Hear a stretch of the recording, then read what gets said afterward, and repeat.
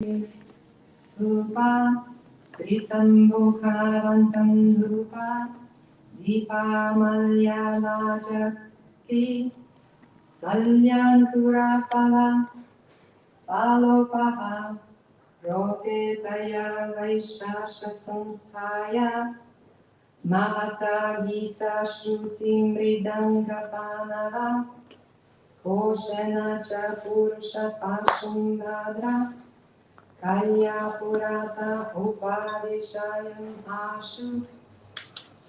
Translation by His Divine Grace, Srila Prabhupada. After this, all the thieves, according to their imaginative ritual for killing animalistic men, dazed Jadabharata, dressed him in new clothes, decorated him with ornaments befitting an animal, smeared his body with scented oils, and decorated him with tilaka, sandalwood pulp, and garlands. They fed him sumptuously and then brought him before the goddess Kali, offering her incense, lamps, garlands, parched grain, newly grown twigs, sprouts, fruits, and flowers. In this way, they worshipped the deity before killing the man-animal. And they vibrated songs and prayers and played drums and bugles. Jadabharata was then made to sit down before the deity. Srila Prabhupada's following commentary. In this verse, the word sva-vidhina, according to their own ritualistic principles, is very significant. According to the Vedic Shastras, everything must be done according to regulative principles. But here it is stated that the thieves and rogues devised their own process for killing an animalistic man. The Tamasic Shastras give instructions for the sacrifice of an animal like a goat or buffalo before the goddess Kali. But there is no mention of killing a man, however dull he may be. This process was manufactured by the dacoits themselves.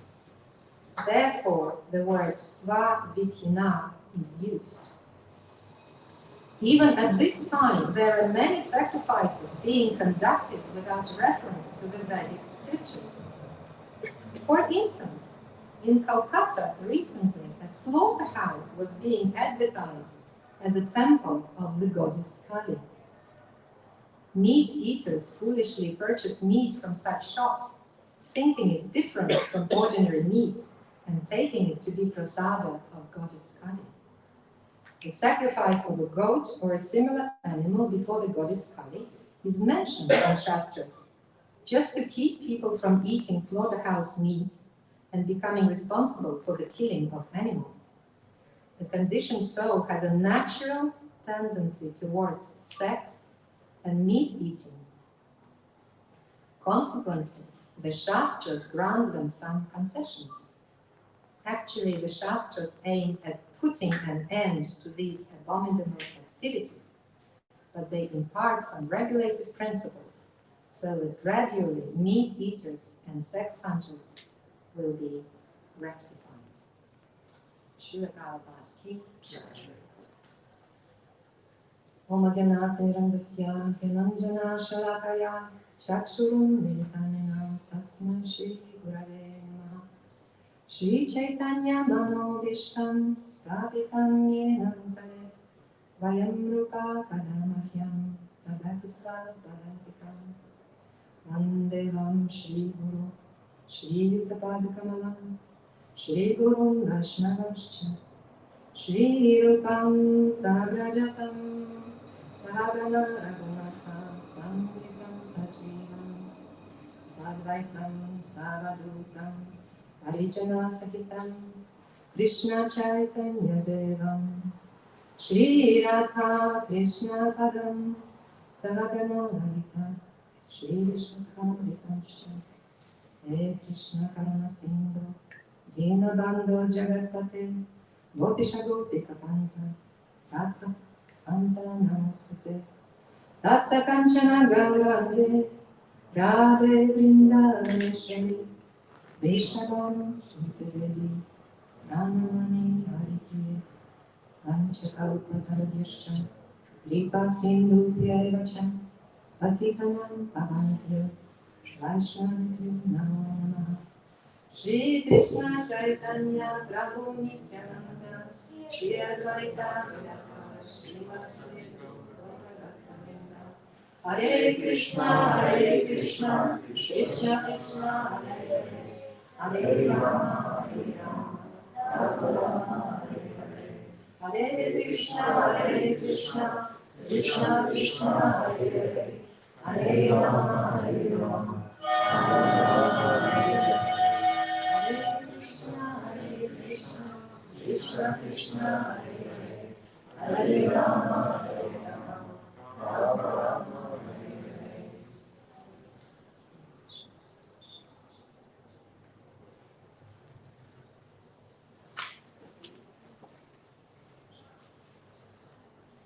So, let's talk about Tantra. Who knows this story? Who knows the story? The story of Jad Bharata from the 5th canto of Srimad Bhagavatam. Does anybody know? Yeah, the story in brief is as follows. There was this emperor, a very, very powerful emperor, Bharat Maharaj. He was the one who, his name became the name of the whole India. India is still called Bharatavarsha. This is the emperor that ruled the whole world in those days. This was Satya Yuga, I believe. Was it Satya Yuga? I think it was Satya Yuga. Long, long time ago, actually millions years ago.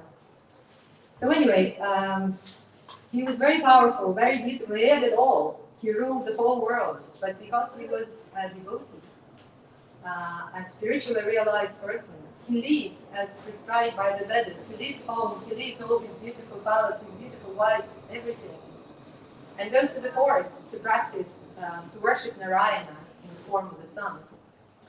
So anyway, he makes a mistake in spite of all his being on the very, very elevated stage of bhava, which is a very, very elevated stage of love for Krishna. He falls into this trap of getting attached to a small deer, which he saved from death, really. And because he was a good-hearted person, he got attached. He got attached to this little deer, so much so that deer became the reason for his death. Anyway, to cut the long story short, Jad Bharat was once, he saw the deer was missing, and then he went into the forest to look for the deer, and then he fell into the big hole. And then the last thing he saw in front of his eyes when he was dying, it was the face of that deer. So he becomes a deer, because Krishna says in Bhagavad Gita that wherever you think of before your death, that you become, that body you become. So he was thinking of deer, so he got the body of a deer. So anyway, because he was so elevated, it was a very, very high stage of bhava in his worship. He got this, Krishna allowed him this remembrance. He gave him a memory to remember his past life, to remember the reason why he got a body of an animal. So he remembered, and he was eating only dry grass, dry twigs, everything, and he lived as a deer next to the ashram where he could hear the chanting and all that. He was that, he remembered, he wanted to rectify his mistake, and his next life he comes up as a human in a very, very elevated Brahminic family.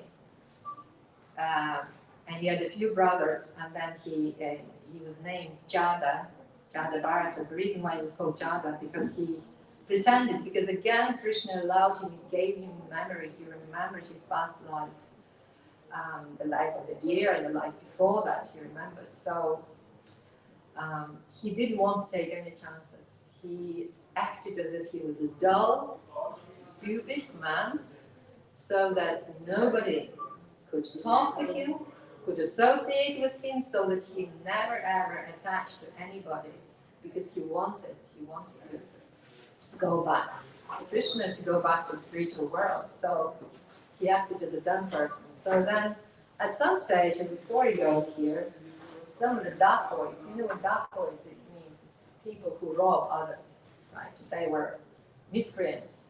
So one of the leaders, he wanted a son or something, and then he wanted to sacrifice a human to goddess Kali, so that goddess Kali allows him to have a son. So that's what the story is talking about. They actually, at some point, they got hold of this Jadabard, and Jadabard, because it was an elevated Vaishnava, he thought, okay, if these nasty people are going to get hold of me and kill me, okay, that's God's plan, I surrender. So he didn't do anything. He allowed to be captured by these dacoits and to be placed, like they actually bathed him, and as it describes here, they did the whole ritual. You know, they gave him garlands, and they wanted to sacrifice him as an animal. So anyway, the story goes like goddess Kali, because she's Vaishnavi as well. She serves Krishna, right? She figured out that they were going to kill an elevated Vaishnava, so she actually instead she killed all the dacoits and all that.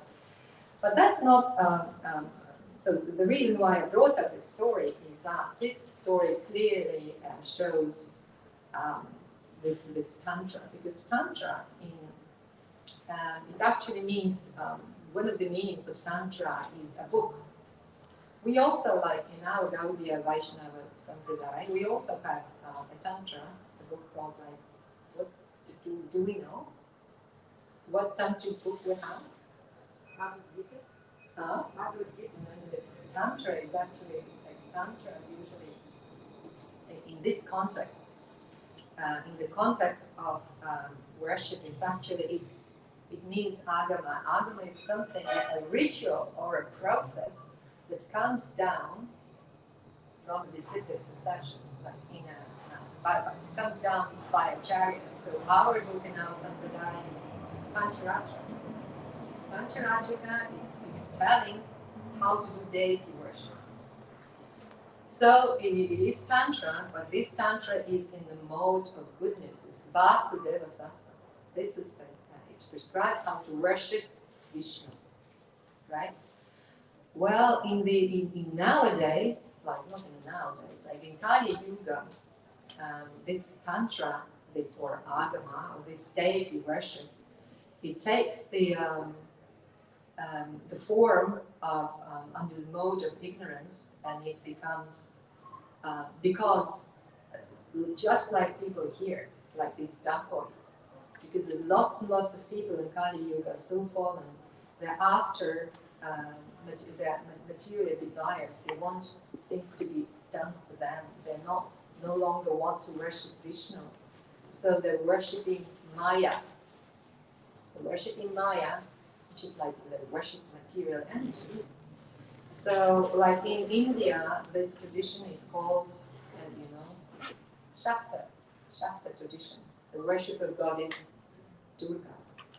So, as described here, they were worshipping goddess Durga, but they were doing it as Srila Prabhupada says here, according to their own ritualistic principles. So they made it up. And first of all, they wanted to also sacrifice a man. And Srila Prabhupada also, like, as an animal. Because Srila Prabhupada in the previous verses, he actually says that even now in some parts of India, the dull men, like unintelligent men, who are like taken really as animals because their consciousness is like completely very, very dull consciousness, that some people are trying to also sacrifice them to goddess Kali. But of course, like Srila Prabhupada says, it is they're doing this according to their own ritualistic principles. So now, coming back to the Tantra. So, is this like worship of this Shakta tradition? Is it legal, so to speak? Is it authorized? Is it not? So what I listened to, again, to Suhotra Maharaj's class. Suhotra Maharaj is one of Srila Prabhupada's disciples.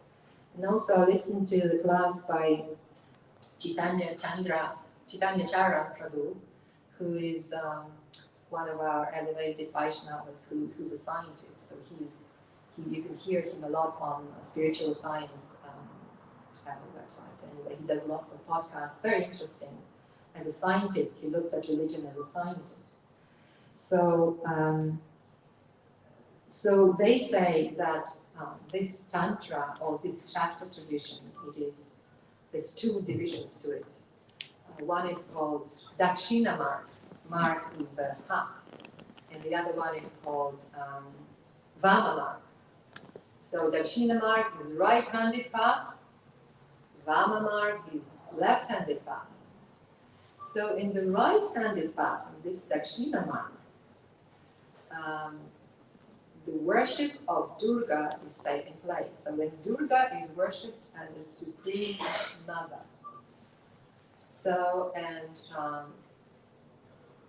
people are coming, they're asking, usually they're seeking for some sort of benediction.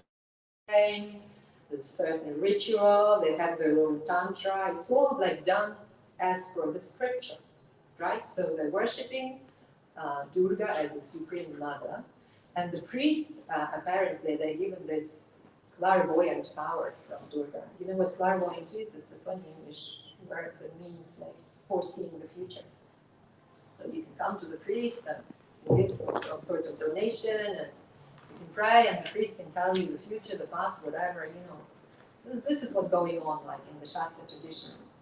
So the Supocha Maharaj was laughing a little bit in his class, saying that this is, okay, so they're worshipping Durga, the Supreme Mother, and every female is a representative of Durga, right? Every female is representative of the Supreme Mother. And every man is considered to be a son. So outside of wife and husband relationship, everyone should be looking at a female as a mother or a man as a son. So, and Subodhra Maharaj was laughing, saying, this is what we learn in the first class of the Bhakti Shastris. Every woman is a Mataji, like is a mother outside.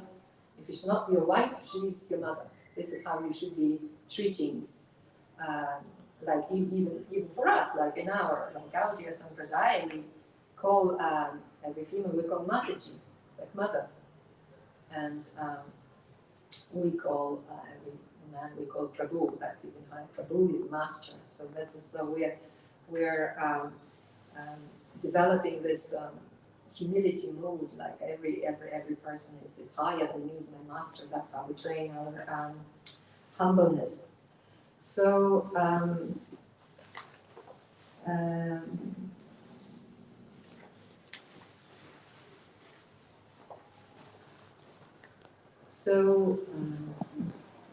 so this right-handed path is authorized. It is, though, in the mode of ignorance. Why do you think that is? Why do you think worship, this Shakta tradition, this worship of Durga, is in the mode of ignorance? Can anyone guess? Can anyone? Maya.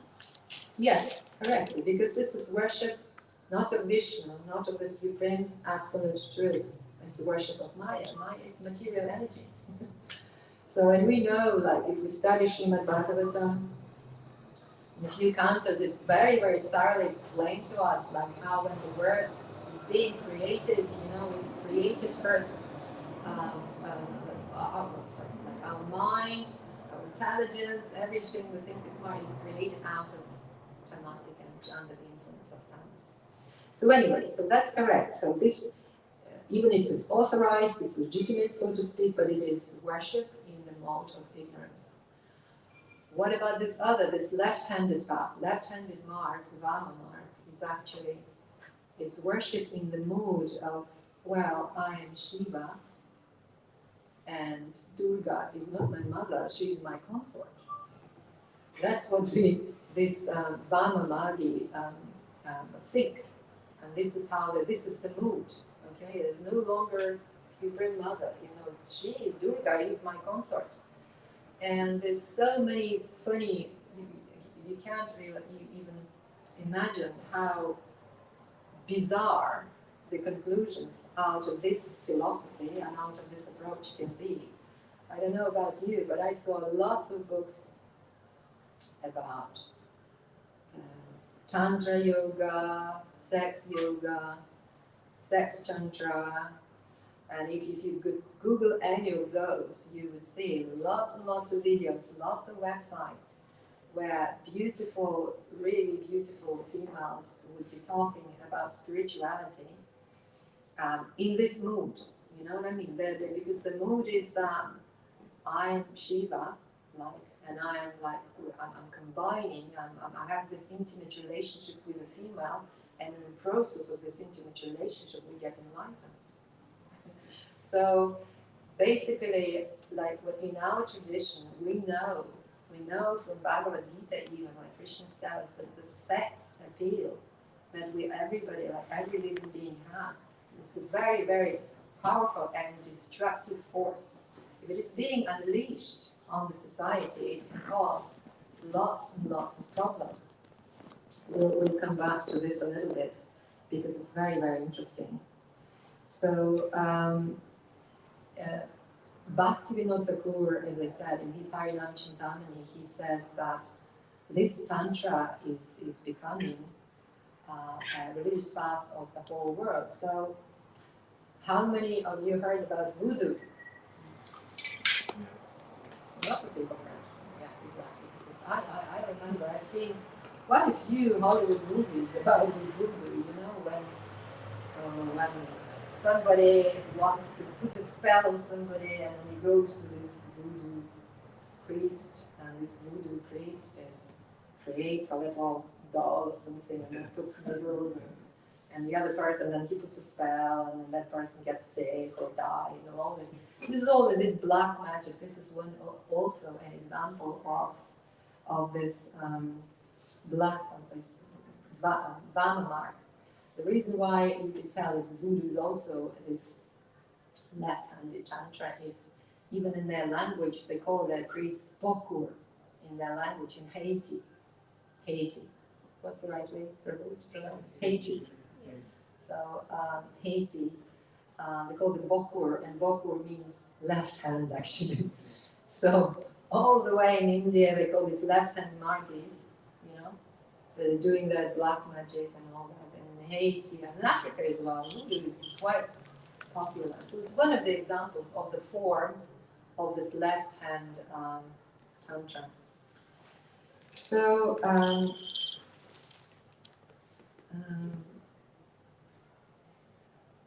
so this particular left-handed path is especially like in the mode of ignorance. So the previous one was in the mode of ignorance, but this one is especially in the mode of ignorance.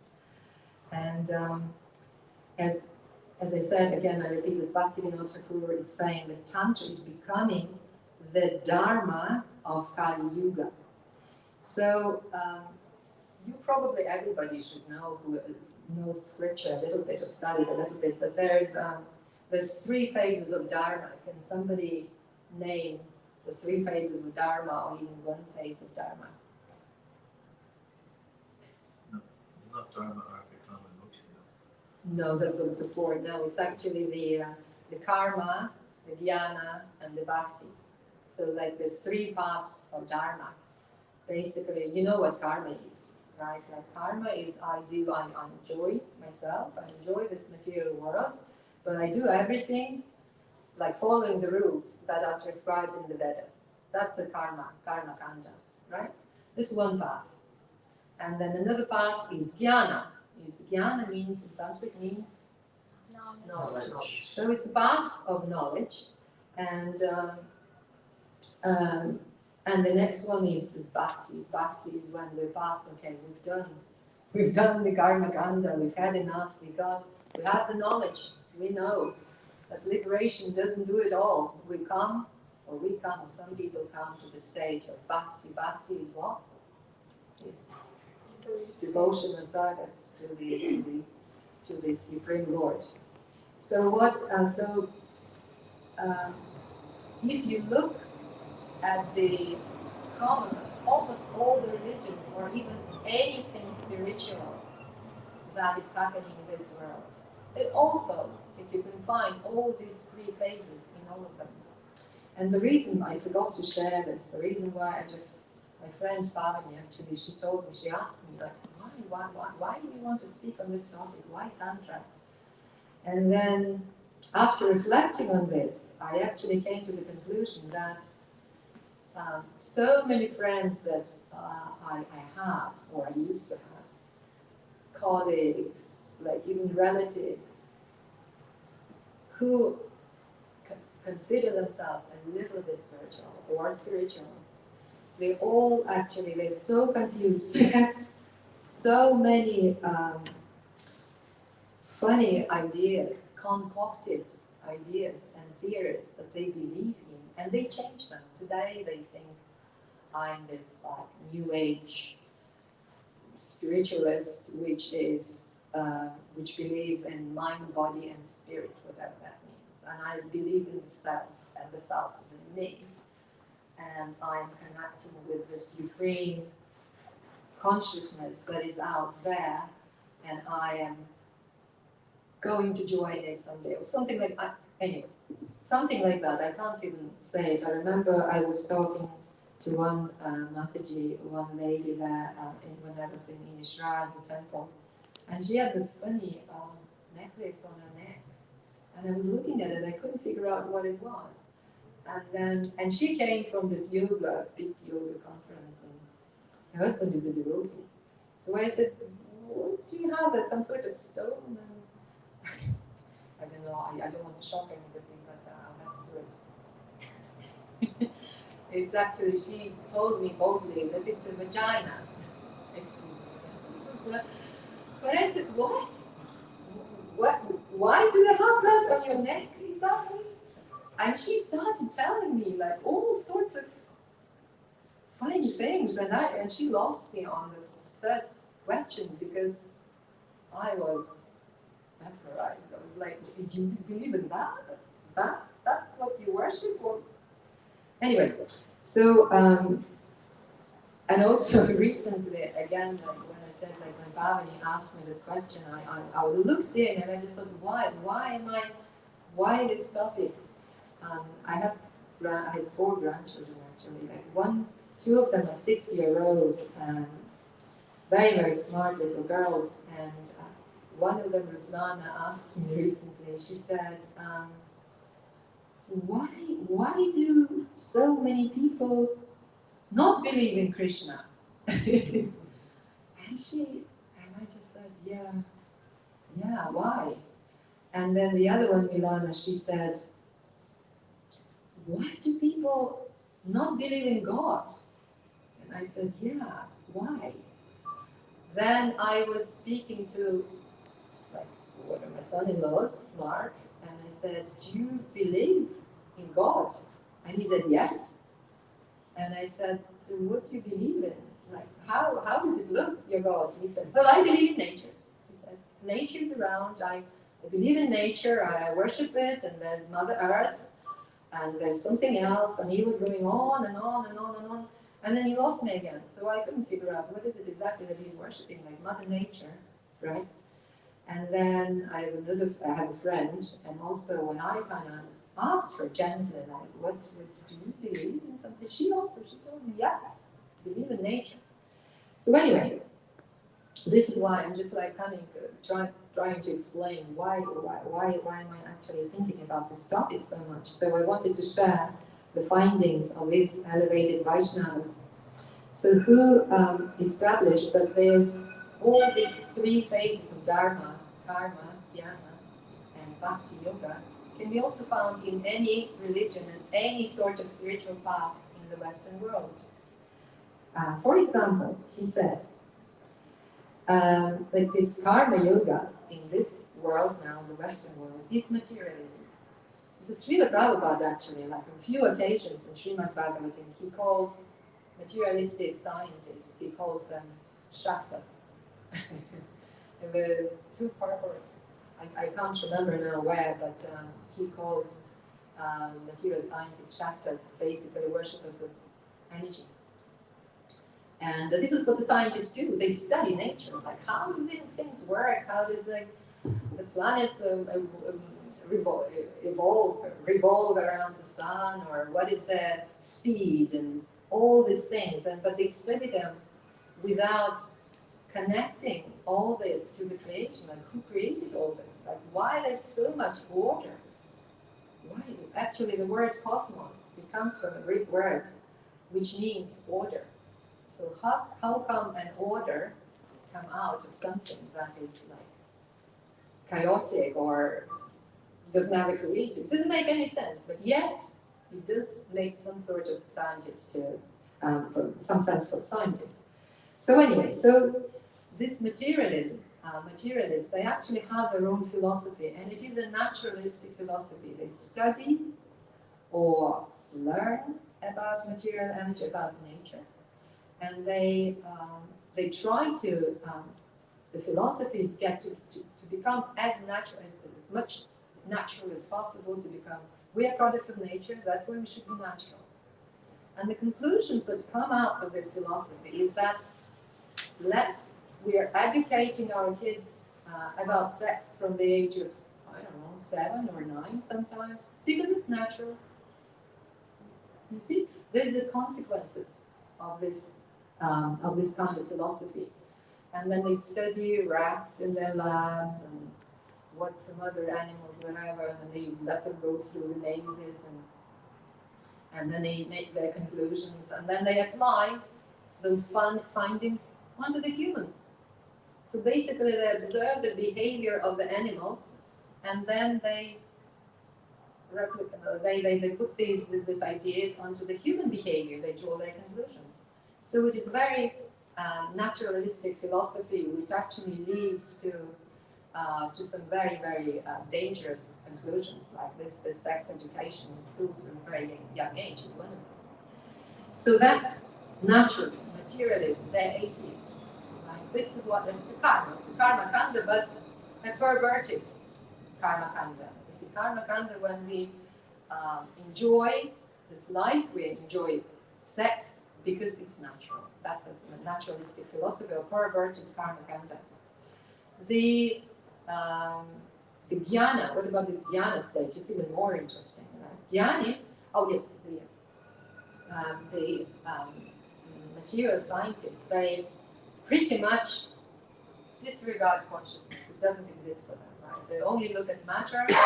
Consciousness is a product of matter. Like, I was born in the Soviet Union. This is what I learned in the university. Vladimir Lenin said that consciousness is a product of highly organized matter. I still remember it. It's in my brain, so I can say. This is what consciousness is. It's a product of matter. This is what I studied in the university, in the philosophy much of the university. So that's not materialist. But the jnanis of the Western world, right, they accept consciousness. But they look at consciousness from the materialistic perspective. They study consciousness, they say, okay, it doesn't really matter how it comes out of, or who it comes out of. What matters is the function. It's like, what is the function of consciousness? And they also like talk about, there's an analogy of a computer. Oh, so if you have a computer, there's a program. Program does a specific function. So if you want to do something, there's this program, it can do this function. There's another program, if you want another function, you're using another program. So thus, these scientists, they called actually functionalists. That's, if you Google it, it's bona fide scientific name, functionalist, the functionalist theory, if you Google it, you'll find it. So they think that if consciousness is programmable, then the reality is programmable. The reality is programmable. It's actually, they use it in psychiatry a lot, you know? And I think, okay, if you have a particular consciousness, then you are seeing this reality that way. That is your reality. It's real. You have a different reality. So, and you can program their reality. But it's very much, actually, it's a Mayavada philosophy, because after all, they come to a conclusion. If you read attentively the the theory points he'd come up with, we're all one, all reality is one, and it's a pure Mayavada. So it's a perverted Jnana phase. But they're funny, not funny, conclusions that this philosophy brings to. One of them is like positive, they look at this reality, how we can change it to the better. That's kind of positive look at it. But there's also a negative paths as well that are out there when they try to completely like destroy the reality, our reality. They mock, they laugh um, at the human like way of life, where you need to go to work, you need to earn money, you need to have a family. They ridicule all that, and they like pornography, for example. It's one of the conclusions that that this philosophy actually brings people to. That they ridicule like the family traditions, and we can see how the family is being destroyed now. They create all these movies like Sex in the Job, Sex in the Hospital, and all that, because they want to use this very, very powerful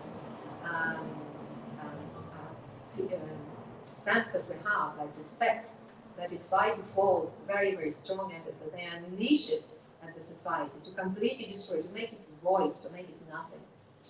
You know, and this is a very destructive jnana, perverted jnana phase of dharma in the modern age. All this new age movement, you have friends who say, well, you know, they don't like to call them new age, but they call them, as I said, like body, mind, spirit, paths, or this and that. Also drug dealers, so to speak. If you can think about it really well, also in the 1960s, remember the hippie movement, they were changing, the hippies were trying to change the reality, right, to change, to get different, to get to elevate themselves to a different stage of reality through using this drug. So it's a function, you use this drug, you get to this reality. Oh, but if you use that drug, then you can get that sort of reality, and you can get the out-of-body experience, this and that.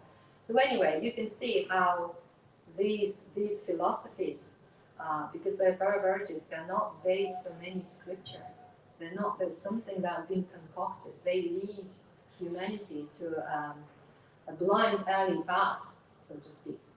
So, and let's talk about bhakti. And bhakti is, in the Western world, is linked to a philosophy of dualism.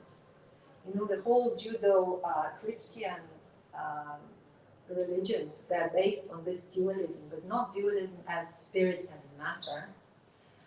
Because in Vedanta philosophy, this is what we talk about. We talk about the spirit and the matter, and they're completely separate, right? Well, in the Judo-Christian tradition, they don't speak about spirit and matter. They frame this philosophy in terms of good and evil. There's good, there's God who is all good, and there's evil, who's the Satans. They always in this clash. So in terms of, they framing it in terms of duality, and then, as you know, like the whole story of how any of those religions, they come to the ultimate history, ultimate goal is to stick to that particular religion, and then the Messiah will come, and then we'll all enter the lake of fire, whatever, we get cleansed, and then we'll carry the earth. That kind of, it is so to speak, it is the perverted bhakti. It is still like about like worshipping God exactly, but it is worshipping them in the wrong kind of way, because it's leading to this duality, that God is not almighty, there's somebody who's opposing him and who's fighting him, it's perverted bhakti. So,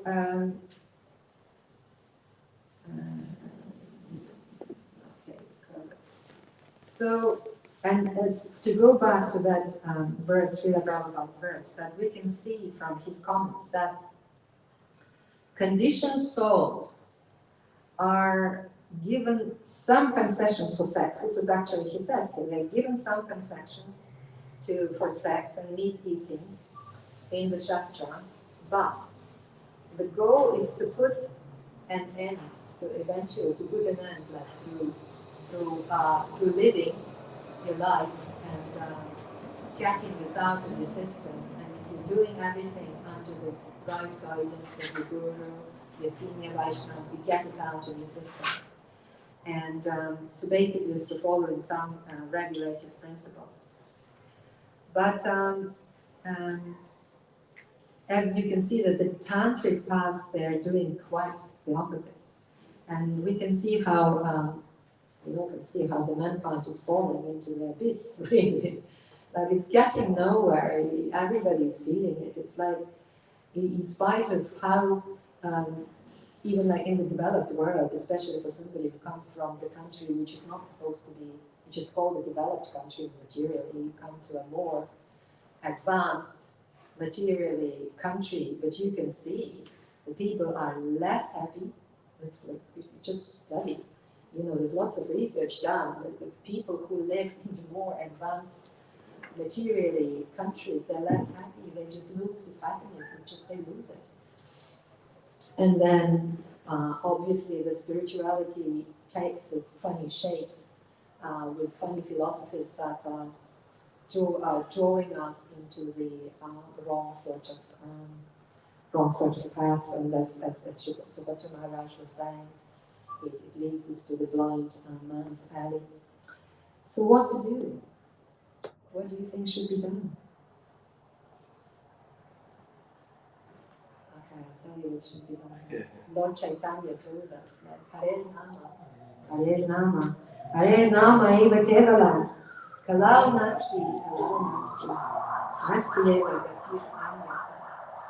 This is, that's the only way, you know, and this is what we should be so grateful to our acharyas, to Srila Prabhupada, who brought this knowledge from all the way like from India to the West to here, because we just don't know, we haven't known, and now we do know. You know, he opened this knowledge to us, and all we need to do is just follow the path that he has shown to us. So on this great note, I will finish the glass and the tea.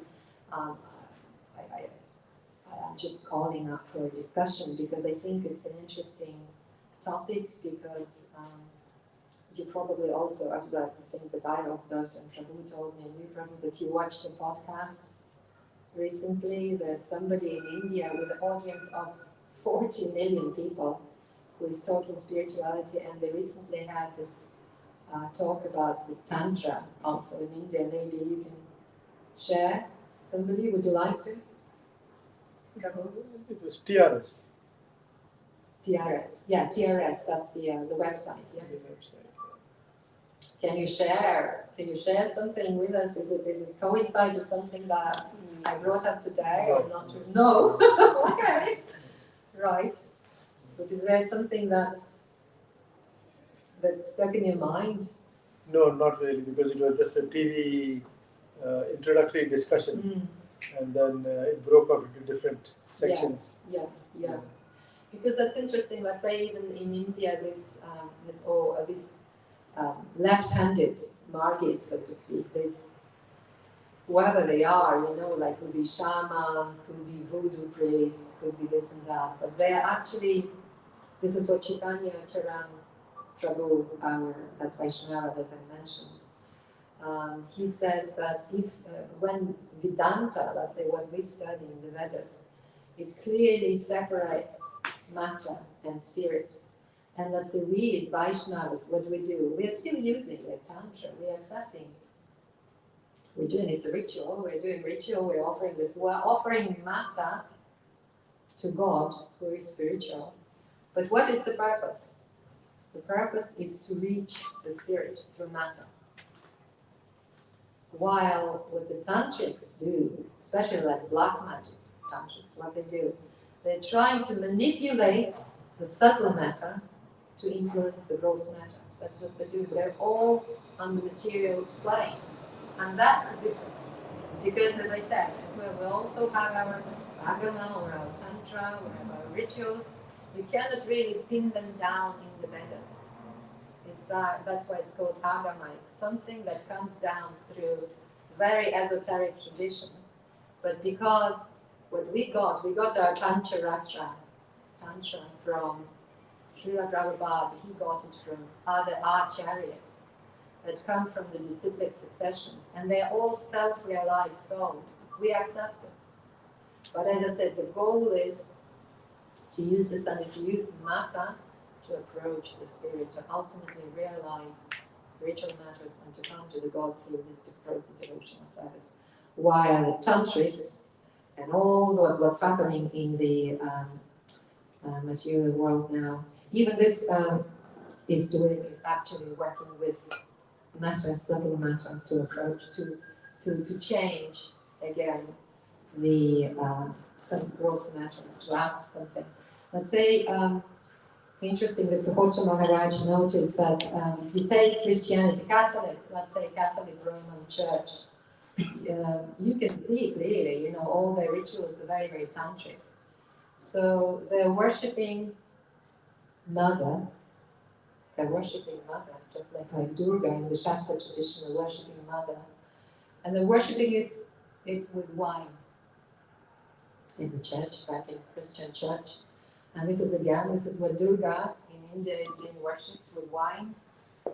So, and then also like this priests and the Christian liturgies, they're offering wine to the mother, and they also drink, they say mantras and they drink wine at particular stages. It's tantra. And also it's been noticed as well that even in the Christian church, when the Protestants, as you know, they were opposed to this at some point, as these rituals, because they were becoming more and more elaborate and more rich, and the church is becoming more rich. And so the Protestants wanted to go back to the roots, so to speak.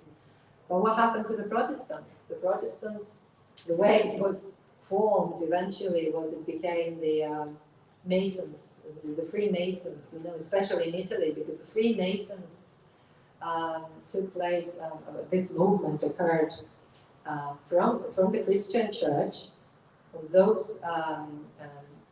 those people who couldn't relate anymore to this, wanted to simplify, they wanted to pray to God, not to do all these eloquent rituals. So, but because in Italy the Christian church was so strong, the Protestants they created this Freemasons lodges, and what they did in the end, they created their own tantra.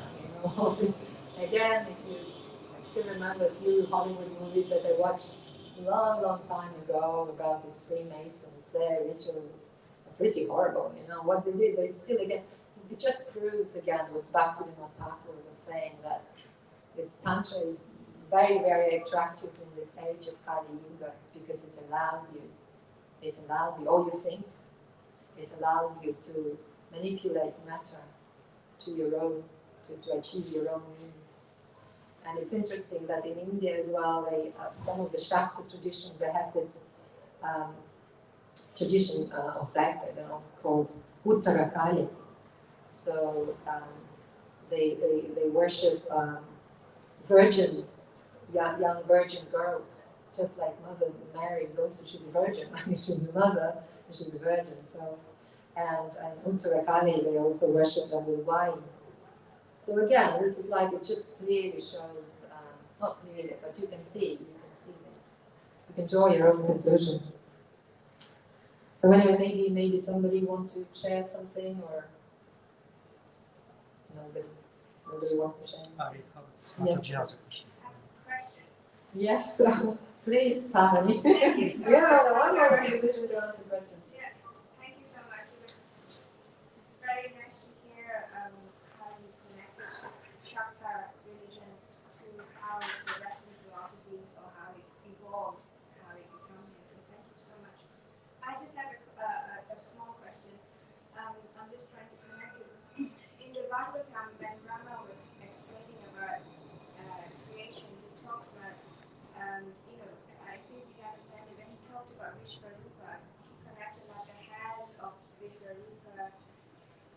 see it as the trees on his body, or the nose is the caves, and the veins in his body are the rivers.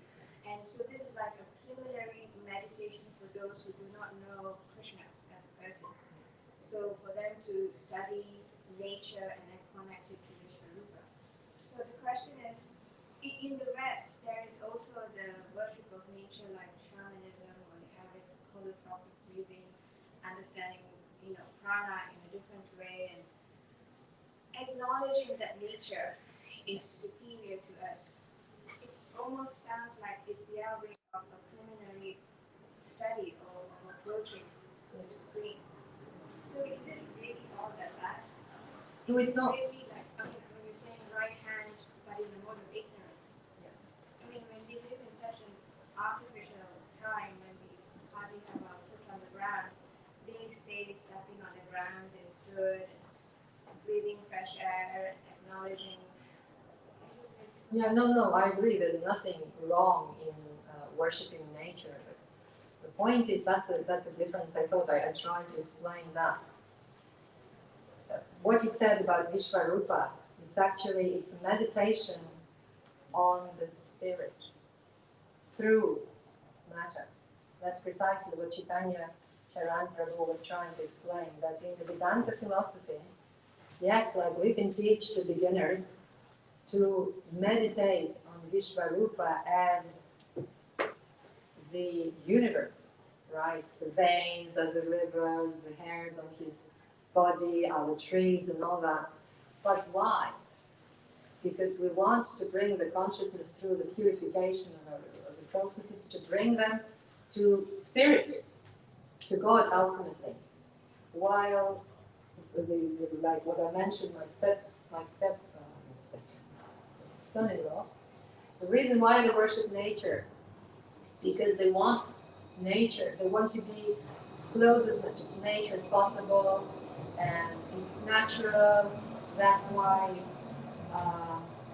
you would have naked yoga, for example, because you need to connect to your body, and through connecting to your body, you will get closer to your spirit. I'm not making this up. This is what I'm a qualified yoga instructor. I did a lot of yoga, so to speak, and I've been to lots of yoga instructors and yoga classes, and this is what you find out. I just come from retreat, like a naked yoga retreat in Germany. What? Oh yes, because you should be natural, and you should not be thinking about your body, because it's all natural. But we know from our shastras and what Krishna is telling me, if you put a naked woman and a naked man together for a short period of time, the instinct is going to come over. This is very powerful. Lust is a very, very powerful energy.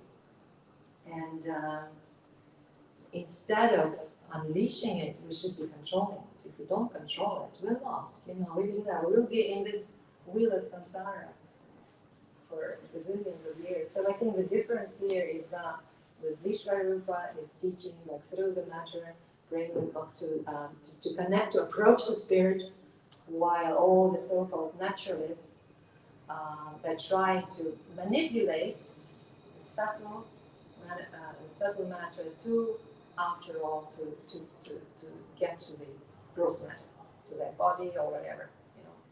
This is how they come to the church.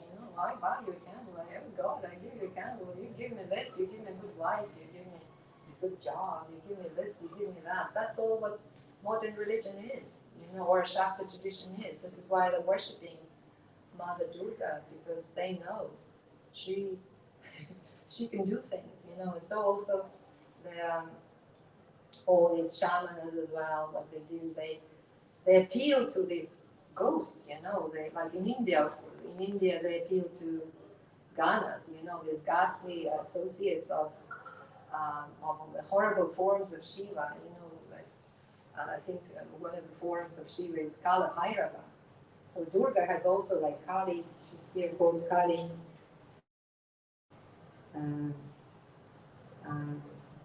Kali Bhadra or Chamunda. All these horrible forms of Durga, and they also have their associates, their ganas, are also like ghastly, and they appeal. They're spirits, you know, it's a subtle energy, and they're appealing to the subtle energy, get the powers from them if they can, because the shamans and voodoos, you know, they do have powers. They do have powers. It does work. Black magic works. Also, we know the story about Bhaktivinoda Thakur. I don't know, probably many people know this story. When Bhaktivinoda Thakur, when he was a magistrate, um, I think he was in Orissa at that time. There was this very powerful yogi. He had cities. He has powers. You know, he declared himself to be Mahavishnu, and he has lots of followers. Lots of followers. He was very popular, and he can do some magic. He can produce things out of thin air. He can cure people. So, which was very, very appealing. But because he declared himself Mahavishnu, Bhaktivinoda Thakur didn't want to have him there. But anyway, his job, he was a magistrate. So the British asked him to sort this guy out, to arrest him, because this Mahavishnu yogi, he started to call out for, let's just get rid of this British, you know, he started to be a nuisance to the British.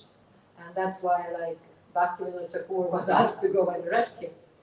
And he, as a magistrate, a lot of Sikhs, how do you say Sikhs? Yeah. Worked with him, and they all, when they heard that they need to arrest the Mahavishnu, they said, no, we are not going. But anyway, a few British soldiers, they went with him, and when Bhaktivinoda Thakur approached him, this guy, he was a yogi, he had powers. He said, well, I know you, you are Bhaktivinoda Thakur, you come to me, okay, let's do things together, like I'm Mahavishnu, you know, and you'll be helping me, you know. And Bhaktivinoda Thakur said, like, this guy, like, go and arrest him. And this guy, he started to move his hair real quickly, and it started to make fire, you know. And now everybody just ran, including the British soldiers. I heard this story from one of the senior Vaishnavas in Russia, who heard it from somebody in Orissa who knows his story better. So anyway, I think it's one of the books as well. It's described in one of the books. I'm sorry, I can't reference it, but it's a true story. Bhaktivinoda Thakur almost had to arrest this guy himself. But what I'm trying to say, that I mean, it's influential. You know, they can do things. They can manipulate matter still. You know, because through austerity, or sometimes they are born, especially like in India, they're born with some powers maybe from their previous lives, whatever. But Bhaktivinoda Thakur actually used black magic on Bhaktivinoda Thakur, because Bhaktivinoda got him arrested. Bhaktivinoda Thakur got him arrested, and then his son got really, really ill suddenly, because he actually upset it. He got somebody in Orissa as well upset, who was a supporter of this Mahavishnu yogi, right? So that person, he actually summoned 50 tantric, black magic tantrics, who lived in his house. And they were putting spells and everything on Bhaktivinoda Thakur, who got ill as well. His son almost died, and then his wife started, you know, can't stop this. And people came out into the streets, and they were saying, like, release this Mahavishnu, he's a yogi, you're like against this culture. All this was going on. But Bhaktivinoda Thakur, he stood his ground, because this is like black magic, this is Tantra. And he stood his ground, and he actually, on the last day, this is what is described, on the day when he was signing the paperwork to get him at the final, I think for 10 years, whatever, he was to be jailed, this Mahavishnu yogi. He got paralyzed. He couldn't move his hand. It's very, very interesting. So he was chanting and chanting and chanting and chanting, and then he could sign the paperwork. And then he ordered one of the British soldiers to cut the hair of this yogi, because this is where the yogis store their power, you know. It may, like, when I was listening to this, I just thought, that's cruel, isn't it? Like, taking someone's power. But if you think about, like, what what things that this guy was doing, this yogi, he was using all his powers just to, after all, to become God himself, so that everybody worshipped him as Mahavishnu, so that's a difference. I don't know if I answered. Thank you. No, thank you. It's a nice question. Just Yes, brother. yeah, I mean, I pity you didn't know the title of the class beforehand, because we could put it on, the class is about Tantra. Yeah. And you probably would have had loads of people in the room here, attracted or coming to the class, but maybe for the wrong reason. But the one thing I was thinking of was that, there's this power of, you're talking about the power of sex and stuff like that. But it could be argued, I'm not saying that I'm saying this, but there's a lot of people make this argument that, yeah, but it's somehow it goes the other way then as well. There's this whole repression that goes on, and actually that this repression is probably the reason that there's so many wars here. That people are it's a kind of something that goes on that level. So what would you answer to someone who asked that question? Yeah, that's a very good question. Excuse me. I think we're not talking in our Sampradaya. Krishna is not talking about repression.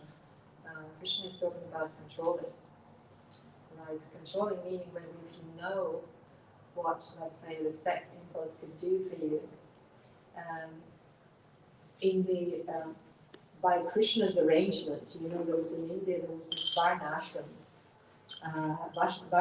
society where everybody was in their own ashram. So if you're in a Grihastha ashram, you're allowed a bit of a sense gratification, it depends. But you're allowed, that's restricted in terms of, like now Sampradaya Vaishnavas anyway, you're restricted to having sex only to produce Krishna conscious children. But that's like for true Grihastha ashram, right? But in still, it is like if you and then like before that, before the Grihastha ashram, the Brahmacharya ashram, up to the age of whatever, 25, I think, the boys, they're not seeing females. Not seeing. I mean, they're not connected to them because they're supposed to study. They're supposed to study the Shastra and to get their mind. They're not supposed. This is controlled in the sense that they're not being provoked. You know what I mean? They're not being provoked, so they grow up. But then, when they still say, "Okay, hormones are working, this and that. I think I want to get married." Okay, get married. But up to the age, if you achieve the age of 50, this is the time when you should try and disattach yourself from the family. At least not like even like breaking physically, but mentally, kind of say, okay, my family, I've done my bit, I've raised my children, this is a good wife, she was helping me to raise these nice children, but I'm dedicating my life to Krishna. I go into Vanagrastha ashram, right? And I'm completely like elevated. I want to take sannyas, I mean, it was very regulated that way. It wasn't like completely suppressed or anything, but it was regulated. Yeah. That's. I was going to say that I thought that all the things that are emanating from that type of philosophy and how it has affected society, and you're using things like pornographies like that. Yeah. How I don't know all the other different elements that you're mentioning there. So in that sense, it's very refreshing just to hear what the philosophy that goes behind that. Yeah. That's actually how it is actually affected and how it's affecting us even today. And then, but then the kind of the antidote that you're suggesting also just doesn't seem as if it's very. I mean, theoretically it sounds definitely makes sense, and also you did give the solution, which I think Hare Krishna and so on. But there seems to be a gulf there that we're talking about. That there's just mayhem going on one side. There does seem to be a solution, but what about in between those two things? What are the practical steps that you've seen actually that you think that are the most important to establish for that time? Yeah, well, that's a $1 million question, isn't it? It's like, how do you bridge the gap? Well, Lord Chaitanya came right? She gave mercy to everybody. Like we're not Lord Chaitanya, but he gave us the bath. He sent Srila Prabhupada to us, and the bath is like preaching. That's the only. We should. First of all, I see the one way is like preaching, like getting this knowledge out there to different like streams. They should be like, we should be preaching to young people, telling them what sex can do as well. Like should be talking to teachers as well, you know. But it's like, I think it's like far too, again, and this is what like some So advice. yes. You're saying what teachers can, you should be getting to teachers, but actually teachers are teaching the absolute opposite. Yes, exactly, because this is what the government prescribes. This is because it's natural. Sex is natural. You know, there's nothing to be, afraid of. But basically, it's a mode of ignorance. So what can you do? Like the torch of knowledge. That's all we can give. You know, that's what Prabhupada wanted us to do. We need to become more powerful in our preaching and our outreach to different, like whether it's young people or teachers, it could be teachers, because I think teachers, if you can, because teachers, they're smart people, that's why they're teachers, they're Brahmin, it's a Brahminic profession, isn't it, a teacher. So you should explain to teachers what is it that sex can actually do and maybe show to them. Then maybe they can change their mind. At least if they're asked, they may not do it. You know what I mean? That's their choice. And then also, what Shriram Goswami says, and that Radhanath Swami does in Chaupati, they're trying to get this Varnashram system. They're creating Varnashram colleges and things like that, Gurukul. We need to do all these things in Ireland as well, I'm sure. And I know that these ideas are already brooding among our devotees here. So I don't think there's any other way. I don't know, maybe I'm wrong. No, sounds very good. I was just I was actually talking to a teacher recently, and he's a devotee for many years, and he studies the Bhagavatam, and you have to be very clever at talking to students, because if you're trying to teach them that sex is not very good, that they're going to this is practical experience, and especially like the different elements that are going on today, like there's the whole issues of gender, which is like I think I don't know what amount was, like literally hundreds of different genders or something each different day. But again, but he was saying that, but actually, if you look at the Bhagavatam, there's so many stories in that, like especially in the 9th canto, I think it is, where this Lord Shiva's in the forest, and anyone who goes there becomes female. So so he was saying that he was just thinking about a creative way in which you can actually see the Bhagavatam and present it in a certain way. Because if we kind of go negatively against it, it just you'll have the kind of almost the opposite result in that sense. Yeah, well, there's one approach one can take, arguably, from Ayurvedic perspective, from health perspective. What they teach now, the doctors, that you should have sex as long as possible because that's healthy, especially for men. This is what actually they teach, the doctors, right? Yes? Yeah. Yes. But what Ayurveda, and I studied a bit of Ayurveda. Ayurveda explains that we have like 7 dhatus, 7 tissues in our body. And when we eat something, one morsel of food goes in, and first one dhatu, one tissue is being developed, it's rasa dhatu, and then blood. From that morsel of food, the next tissue, and then the fat, the bone, the muscle, and then all the way up to shukra, which is semen. It takes 30 days for the body to produce semen from this morsel of food. 30 days. So also Ayurveda teaches that we have this tissue, very valuable tissue in our body, which is called ojas. It's 2 types of ojas. There's 8 drops of ojas somewhere in the heart or closer to the heart, I don't remember, which once they're over, you use them, you're dead. But basically you cannot replenish them. But there's some ojas that you can replenish through the food, through the right style of life, through pranayama, through this and that. But this shukra, this semen, is connected to the ojas. The more semen you're using, the less ojas you're having. So the more semen actually is going out of the body, the less longevity a man has. It's actually like Ayurveda, which is a science of health that comes right straight from Krishna. Dhanvantari is an expansion of Vishnu, right? This is the knowledge that we're getting from the spiritual world. This is how our body is constructed, and that's why all this controlled, all these ashrams. This is the basis of that. So we can approach maybe from the health perspective.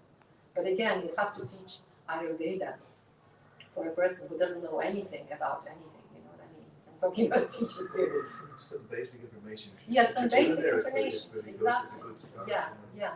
Because it is detrimental to the health. And this is why all these yogis, why are they so radiant? Why brahmacharis? I don't know if you've seen young brahmacharis in Hare Krishna temples. I think some of them just radiant, you know what I mean? Because of this celibacy. This is what it gives you: power, it gives you longevity, it gives you health, it gives you radiance. And through austerity, and also when you're collecting all this austerity, this is why you're getting the powers. This is how this Mahadishna guy got his powers, through austerity. And they all celibates, you know, and once they start breaking this celibacy, then it's the word to road downhill. I don't know, maybe one of the approaches. Good. We'll have to get you in here and start some courses on this. I'll probably leave it out to the Trinity students and ask them to come in. We have a Trinity student here, Michaela. Michaela, here, please raise your hand. I just met him today. He's a Trinity student. Yeah. So, yeah. Sister. Sorry, somebody said something. Yes, brother. Actually, a couple of months, the people, the devotees who are serving here in temple, especially the pujaris, they raise this point that sometimes while serving Panchtattva, they find, a coconut wrapped with red or dark cloth here in front of Panchtattva. Yeah.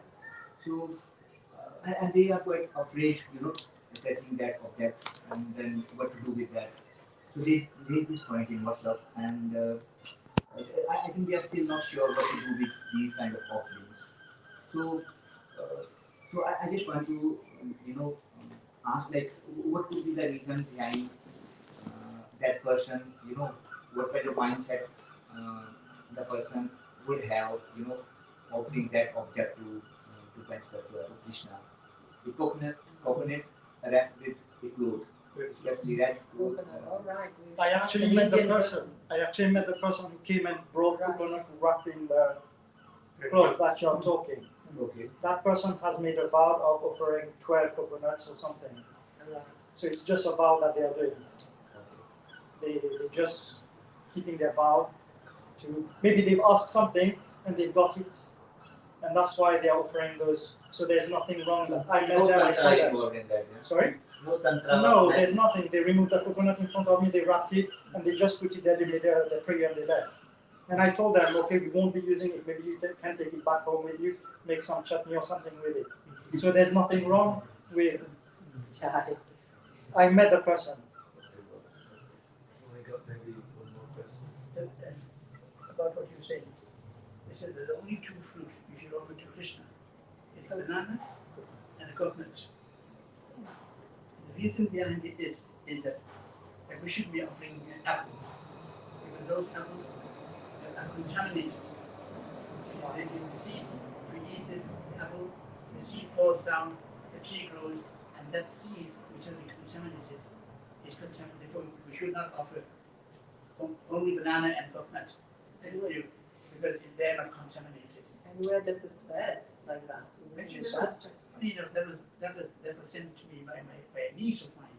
Right. And she gave a reason. And the reason was, if you eat orange and you contaminated the seed because of the eating of the orange, the seed falls down, it grows, and the produce from the tree really oranges, and they are contaminated because they came from a contaminated seed.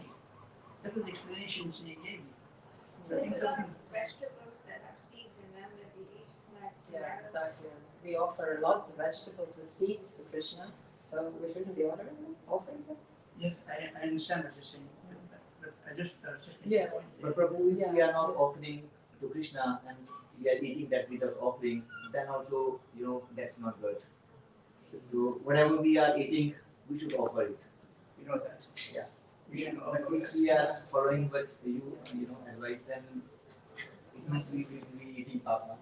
Then Yeah, Yeah, good but- point. But I want to go back to what you said about wrapping. This is, I think, it's a very Indian or Hindu thing mindset. As soon as you see something strange, it's black magic or something. If it's out of the regular common thing. I'm talking that because it happens in Mauritius as well. In Mauritius, if you're walking on the street and you come to a crossroad, people go and do black magic there, breaking coconuts, cutting lemon, and all these kind of things. They do that on the crossroads. That's tantra. You see, that's some tantra to protect themselves. Again, trying to manipulate matter to get some. But I don't think someone coming to a temple bringing coconut, it's a tantra. They just, I think if they have to do something like that, they do it elsewhere, not in a temple. No, it's as you were telling, it's very common in India. Like in North Namron, like people just wrap it up on coconut and like put some sindoor over there and put it in front of So God. it's a tradition. Yeah, it's not a tantra, it's just a tradition. And the cloth is actually, the coconut represents, sometimes the coconut represents a deity, a god. Yeah. The cloth is actually the clothing of the god. When you do yajna, you don't wrap coconut around cloth and then you put it on the lota. So that's kind of the cloth of Right. the deity. So many things we don't know. Yes, that Mataji, sorry, very brief, but just one quick question. So you have like just very, very important topic today, like very enlightening with your talk and thank you for that. Yeah, but one thing which, like being from India and the part of India where we do worship Kali and we do worship Durga and Shiva and all gods, like if you come to our house, you will have all deities together and even Krishna, like for sure. Yes. So the point which is what I'm trying to decipher in my mind is whether we should not worship Kali or Durga or the way we worship should change. Like it's not like so what even my father or mother when they worship Durga they don't offer wine or we don't slaughter any animal. These rituals are there. Yeah. But we avoid that. We just worship it in a very like.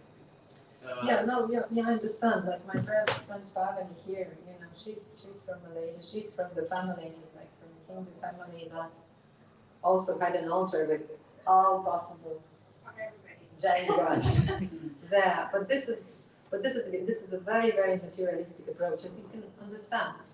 Like I just want to make sure that in case this one, might damage me or my career or whatever, I just want to please him, and I want to please her, and I want to please all of them, just in case it should be on my altar, because you're thinking about some material needs, ultimately it's material satisfaction that you're looking for, right? Yeah, one way of looking at it is when I worship Durga, Yes. I feel the lady in front of me is a symbol of power. Like, Right. that way I Yes. respect Material power. not material, like just as a woman, when I worship Durga or Kali, I feel like whenever I pray to her, I feel like I get a kind of feeling that I should respect all the women. That's a different way of looking at it. Like, Right. when I am worshipping a woman, means like all the women in the world have a certain kind of power, and I should respect that power. Again, I'm talking a different perspective. I get it. It's culture. It's culture, and this is what the culture. It comes from Karmakant. That's what it comes. So. In chapter 18, Yes. 65, 66, Krishna says, that forget about all the other forms. Just follow me. And I'll take you. That's what the people in India should do. They should forget about all the demigods, range of demigods. You get there, but it's a long journey. Why not go directly to Krishna? He's He's the end goal. He's the end result. At the end you go, couldn't go. That's the wrong way. It's a long way, and I think my view is the wrong way. Prabhu, can I quote from Krishna himself the answer to your question? I don't have the Sanskrit, but it's in chapter 7, verse 22, Krishna says that he who worships the demigods and obtains his desires, but actually these benefits are bestowed by me alone. Basically, even for demigods to give you what you wanted, he has to make sure Krishna is okay with that. Because if Krishna is not okay with that, and your karma doesn't allow this, you're not going to get it, right? And then in the next verse, Krishna says that men, I hear this, don't be offended, that's Krishna's. Men of small intelligence worship the demigods, and their fruits are limited and temporary. This is what Krishna himself says. So, yeah. Please, Prabhu, you not be offended. Like one of the acharyas I was listening to, he was saying that when we are worshipping demigods, actually we are indebted to different demigods, Suryadev, Yes. Agnidev, Varundev. There are millions of demigods, and we are indebted to all of them. Even for these things, there is a demigod to manage this particular life. That's true. Yeah. Yes. So I mean, in this limited lifespan, it's almost impossible for us to, get clear all the karmas, and that to pay that, for all those demigods. So better to worship the the supreme personality is the root of all the demigods. So when we are putting water on the root, then the branches, the fruits, they are like demigods. Yeah, They will automatically get the benefit. yeah, that's a beautiful example, isn't it? Just water the root and then everything, all the branches will be fed by the water. So probably we need to finish in 5 minutes. Just quickly, I'm actually a non-believer. You're non-believer? You're from India, that's what you're saying. Okay. I believe in a different religion, and I hope the camera is not facing me. Yeah. No, it's not.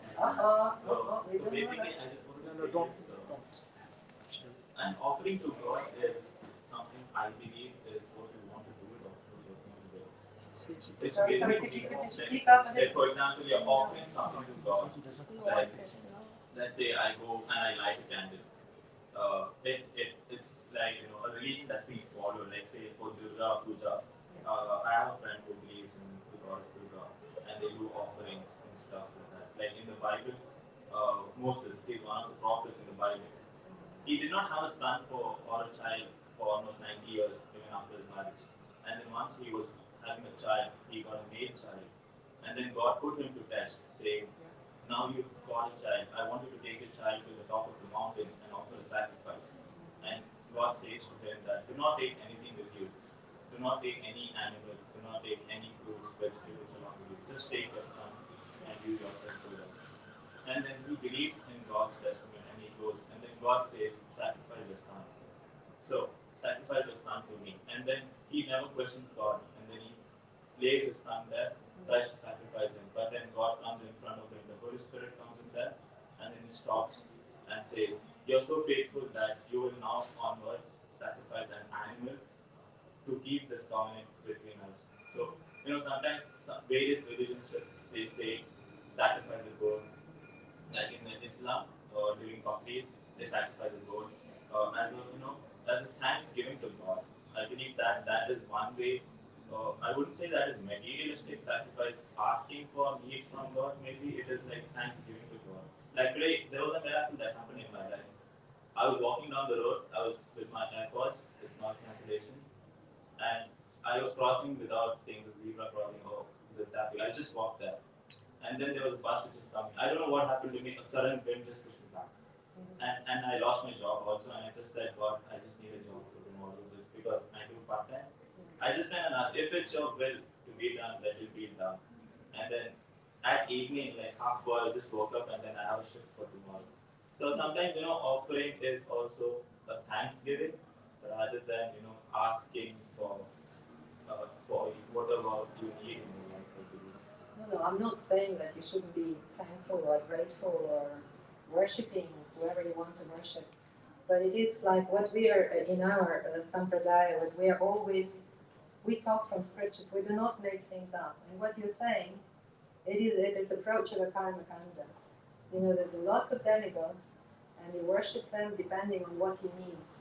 And you're thanking them, and you're doing everything right, you're making it very, very powerful yagya, whatever, God is happy, you get what you wanted. Especially the brahmanas were very good, they were reciting mantras very well and all that. But every yuga in this age, like for Satya Yuga, the process of worshipping God was what? Was meditation.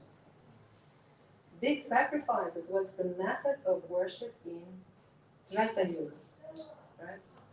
Then the next yuga, Dwapara Yuga, is deity worship. This is the method of thanking, of connecting with God. But we're now in Kali Yuga. You can make a sacrifice like with, in the sacrifices they would build big yagis, you know, they would build things, I don't know how many tons of ghee you would need, how many tons of gold. All the paraphernalia was made with pure gold, and which was, they would throw it away because for the next yagi it has to be very, very, who can do yagas like that? This is not the method of religious connection with God for this age. So, but obviously, you know, culturally, you know, especially in India, culturally, you still remember, you pass from generation, it's like a country, you know, you pass from generation to generation. So you still have this knowledge, you know what I mean? So in our, like in the Western culture also, like it's still like, remember, you should probably, you're an atheist, but you would have an icon, just in case God is there, you should worship him. So but that's not what, like, we're here, we're after bhakti, we're after devotional service, you know, which is not conditional. That's what we're here for. I don't know, maybe somebody can just it's 5 o'clock. Yeah, everyone is downstairs to cook is one has yeah. Thank you so much. Thank you so much.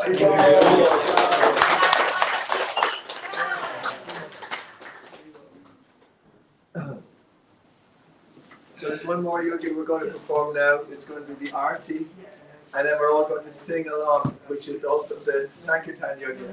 Haribo! So everyone can stand up for the Sankirtan yoga. As a Thanksgiving.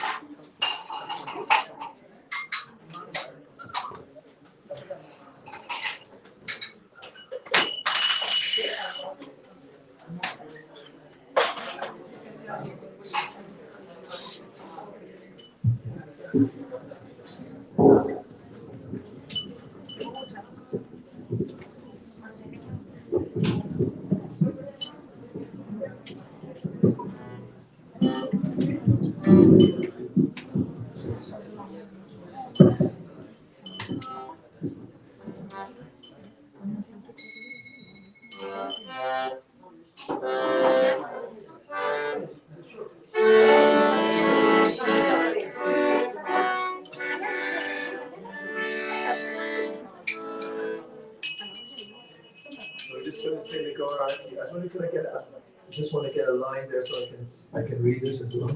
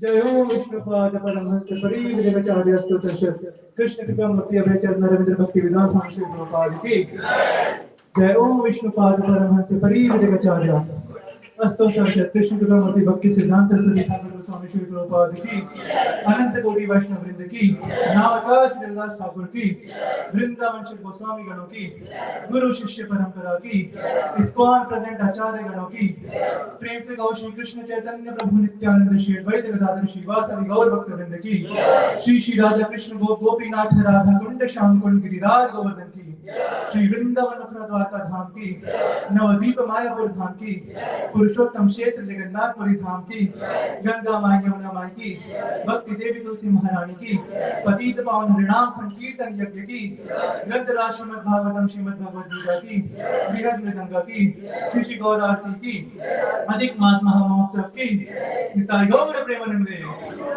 all glories to assemble devotees all glories to assemble devotees all glories to assemble devotees all glories to Shri Guru and Shri Gauranga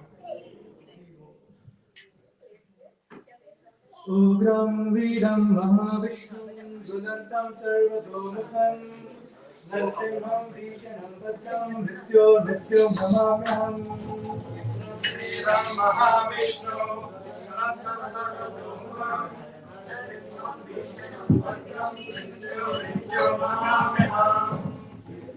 Hare Krishna. Hare Krishna, everyone. So, on behalf of Iskcon Dublin, I would like to welcome you all for weekly Sunday Love Feast program. So, let's a big Hari Bol to all of you. Hari Bol! So, we would like to thank our today's speaker, Grace Gulnana Mataji, for her wonderful class. Let's say Hari Bol for Mataji as well. Hari Bol! Also, we would like to thank our today's sponsor for the prasad, Abhiray Prabhu, our Mridanga player, on occasion of his birthday, which is on next Sunday. But we are not having our weekly program next Sunday. So sad, huh?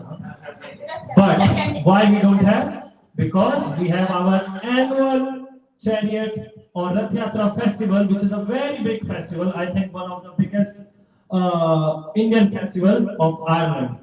So we are celebrating Lord Jagannath's Rath Yatra Mahamahotsav. Shri Jagannath Baladev Subhadra Maharani Rath Yatra Mahamahotsav ki. So is everybody knows about Rath Yatra? Those who knows about Rath Yatra, let's raise your hands. And those who don't know can raise their hand. Okay. So I'll explain for you all. So we have our annual Rath Yatra festival, which is chariot festival. It will be starting from Garden of Remembrance, Parliament Square at 11 a.m. next Saturday, that is 19th of August. And it will finish at Marion Square Park at 2 p.m., around 2 p.m. And after that, we will be having cultural programs, stage programs, prasadam, and some other events over there in the park, Marine Square Park. So it's our annual program, very big program. We are expecting around more than 2,000 people, visitors from all over the island and outside Ireland as well. So everybody is welcome with their friends, their family members, their relatives, their loved ones, everyone's, their neighbors. Everyone is invited. So we have our notice board here, just outside the temple hall. You can either see here about the Rath Yatra or near the shoe stall on the first floor. You can take the picture.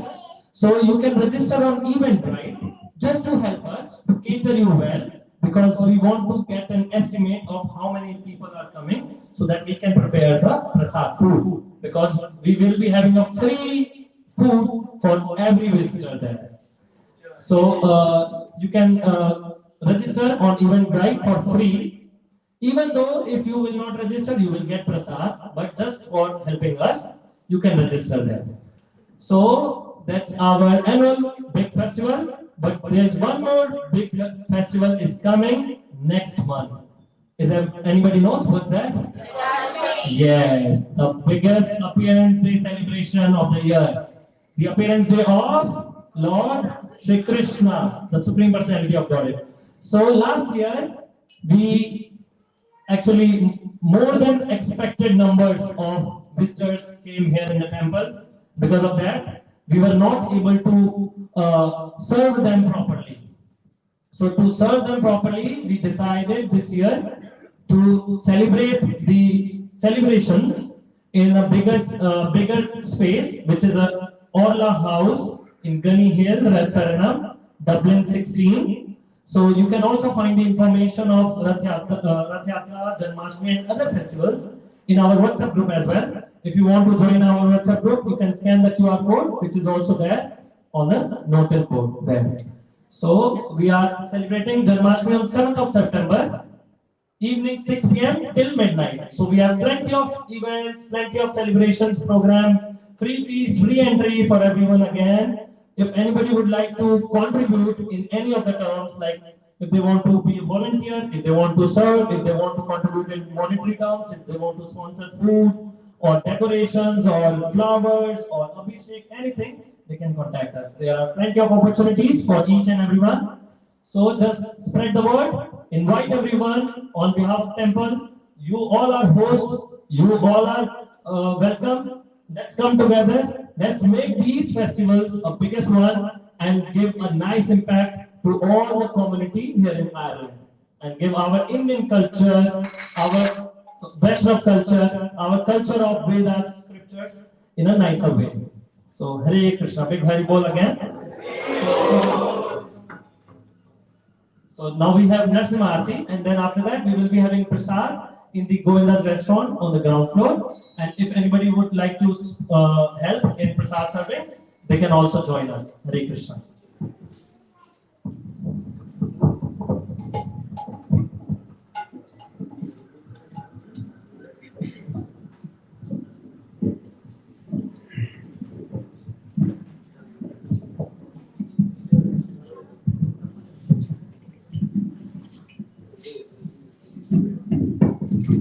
Hare Krishna.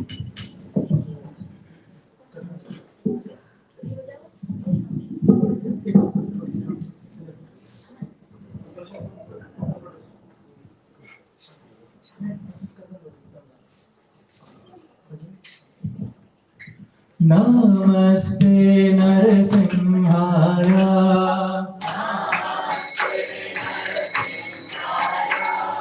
Namaste Narasimhaya.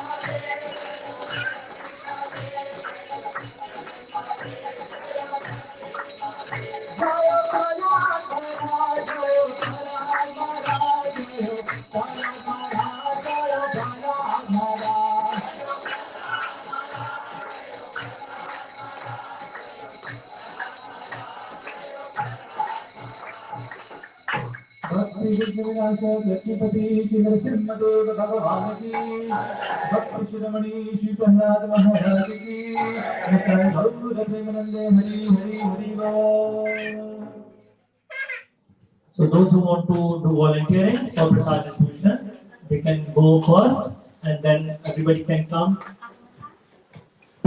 Hare Krishna.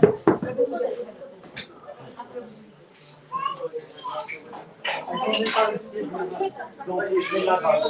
think